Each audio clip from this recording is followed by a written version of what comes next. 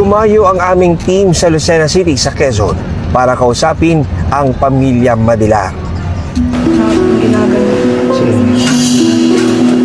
Mahigit 6 na buwan nang nakaratay ang ina nina Samuel at Samantha. Pebrero nitong taon nang ma-stroke ang kanilang ina na si Charina, 46 na taong gulang. Ano bang nangyari daw po kay ma'am nung araw na yun? Ayun, naputukan po ng ugat sa nag-bleed na po sa loob ng ulo niya. Matapos maoperahan, na-comatose si Charina. Kaya mula noon, naparalisa na ang kanyang buong katawan at hindi na rin nakapagsasalita. Ma'am Samantha, Sir Sam, kamusta si nanay ngayon kumpara ng mga nakaraang panahon? May mga improvement naman po. Dati po ay parang di po siya nakakalinok. Ngayon po yung nalunok na ganun. Tingin mo naririnig ka niya? Po. Sinakausap naman po eh. Ano sinasabi mo sa kanya pag magkasama ka sa gabi? Kinakwentuhan ko po siya minsan sa nagaganap po sa amin. O kaya ko, lagi ko po sinasabi sa kanya na mag-pray. Lakasan ng loob, ganun po. Karaniwang pulis ang unang may isip na mapagsusumbungan ng pangaharas ng Ola. Pero paano kung pulis na gaya ni Charina ang mismong naging biktima? Kaya naman laking pagtataka ni Samuel at Samantha kung bakit ito sinapit ng kanilang ina.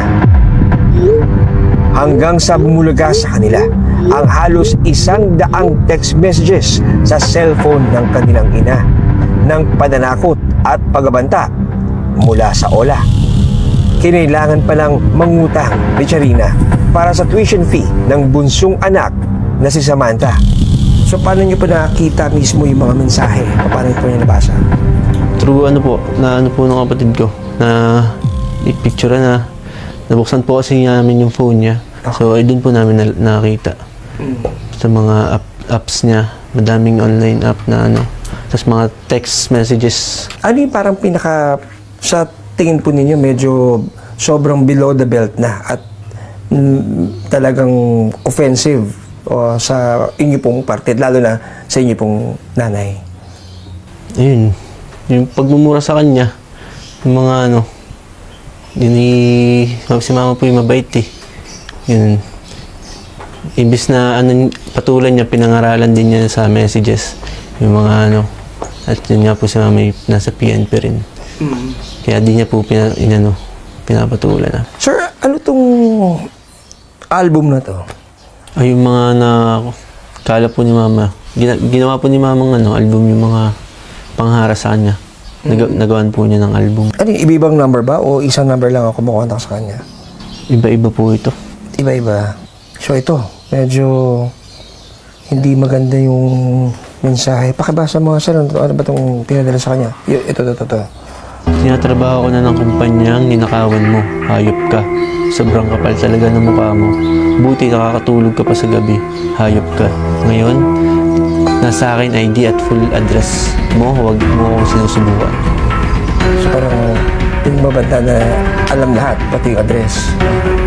Doon po sa mga mensahe, kasi mas sino man sa atin lahat, wala na po, mas makakakilala po sa nanay, kundi yung mga anak.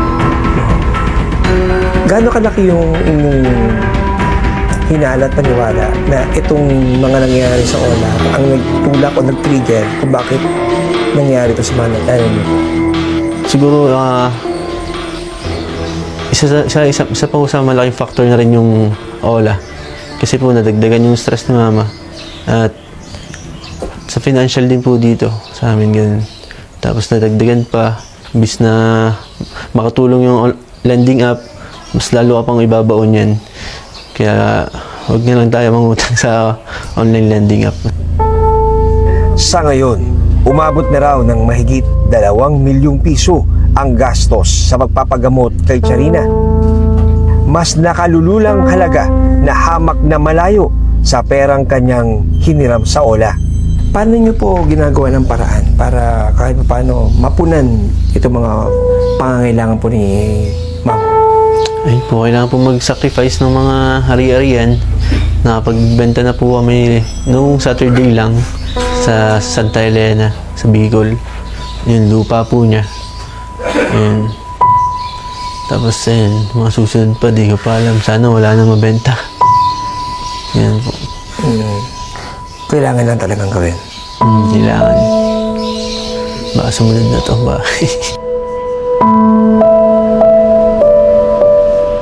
Lalakas ka, babalik ka sa normal.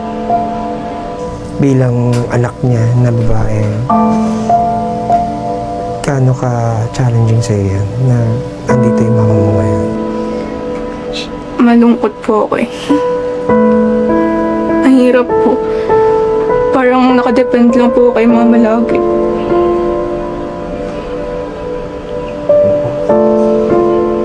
Anong gusto mong sabihin sa kanya? Anong pinapangako mo sa kanya?